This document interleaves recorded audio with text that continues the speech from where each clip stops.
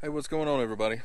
We are at Rest Haven Cemetery here in Columbia, Mississippi, to visit another football legend, Walter Payton. Now, Walter Payton, for you who don't know, was a legendary running back for the Chicago Bears. And I'm excited today to go find the grave and pay our respects. And as usual, we'll talk a little bit about him on the way to find the grave and look at some of the other interesting graves while we're here. And before we start, let me get the ad out of the way and say, if this is your first time here, welcome. I hope you like the content. If you don't mind, if you like it, please consider liking, subscribing, sharing, doing all the things. And if this isn't your first time here, hey, welcome. Welcome back.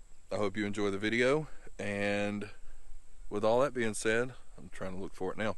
Let's go ahead and find the grave, or at least talk about him while we go look for it.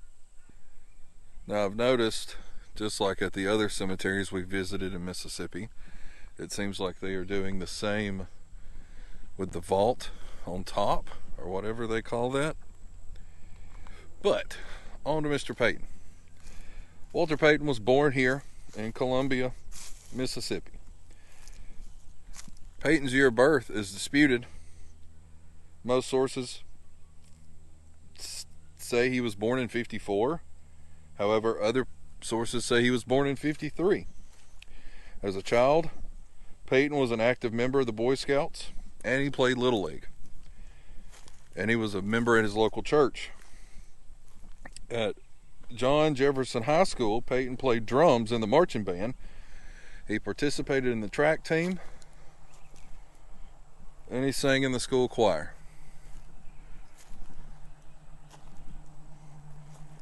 Outside of school, he played the drums in a jazz rock band. How cool is that?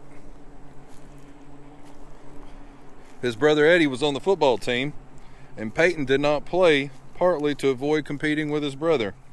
After Eddie graduated, the football coach asked Payton to try out for the team, and he agreed on the condition that he'd be allowed to continue playing in the band. Who would have thought that Walter Payton played in the band? Once he began football, or as he started playing football as a junior, he achieved instant success. As a running back, the first time he touched the ball, he ran for 65 yards and a touchdown. At 5'10", he was not especially large, but his speed and strength made him one of the team's featured players. He earned statewide honors as a member of Mississippi's All-State team, leading Columbia to an unexpected 8-2 season. Even though Payton had established himself as one of Mississippi's best running backs, he received no invitations from Southeastern colleges. After originally committing to Kansas State, he decided to pursue his career at the historically black school of Jackson State, where his older brother Eddie played football. I want to go look at this over here. As a member of Jackson State Tigers, Payton rushed for 3,600 yards and averaged 6 yards per carry, and set a school touchdown record of 65. In 73, Payton had another school record 24 rushing touchdowns and was named Black College Player of the Year. He won this award again in 74. Now that is cool, isn't it? That is really neat. Pastor. Makes sense. He acquired the nickname Sweetness in college. The nickname's origin is ambiguous. It's said to have stemmed from his personality, from his athletic grace, or as an ironic description of his aggressive play style. The Chicago Bears drafted Payton in the first round of the 75 draft as the 4th overall pick.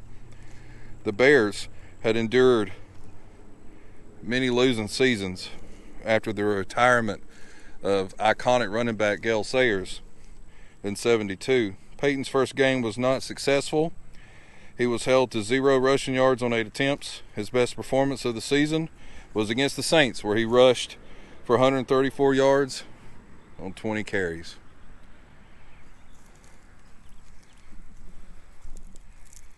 Now that is cool too. That is blue. If blue was ever blue, wouldn't it?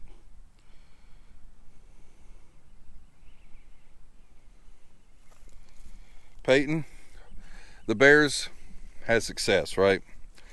Super Bowl winning all those years, and Payton performed with his teammates in a widely released 1985 music video, the Super Bowl Shuffle.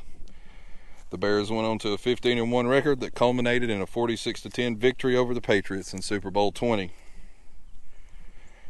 At the end of the 86 season, Payton announced he was going to retire from playing football. His jersey number was retired by the Bears, and he was inducted into the Hall of Fame, the Pro Football Hall of Fame, in 1993.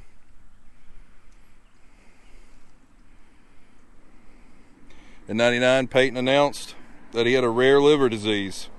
He spent his final months as an advocate for organ transplants, appearing in many commercials to encourage others to donate organs. Although by the time his first appeal was recorded, his illness had already advanced too far. On November 1st, 1999, Walter Payton passed away from complications that arose from his illness. He was cremated and buried right here with his mother.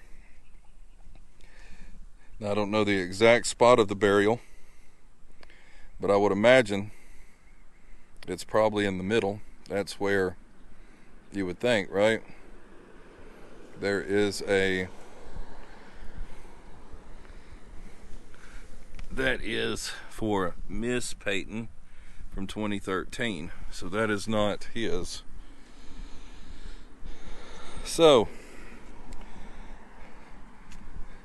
there is no tombstone per se for Mr. Payton, but he is right around in there.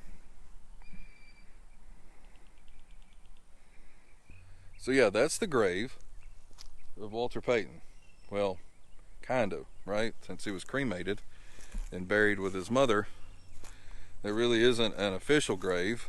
We just kind of have to come here and make, have that be the grave, I guess. So if you made it this far, I always like to say thank you. I appreciate you watching. You really don't know what it means to me to be able to bring you along for this, and where we can pay our respects to an NFL legend, Pro Football Hall of Fame, sweetness, like Walter Payton. Like, it still boggles my mind that he's right over there. So yeah, thanks again. And before I go, don't forget to, check the subscribers that I've subscribed to. Let's help their channels grow. I have a member section that you could join to help out, to help me get to these places and do these things, because it does cost money. But if you can't, that's cool too, because just by watching and sharing and subscribing and liking, and doing all those things, that helps promote the channel also. That helps put it out in the algorithm to get, to have more people see it, and by that helps out also. So after saying all that, right, long-winded to get to the end of the video, you know what? You never know what you're going to find on the back roads. Thank you guys so much.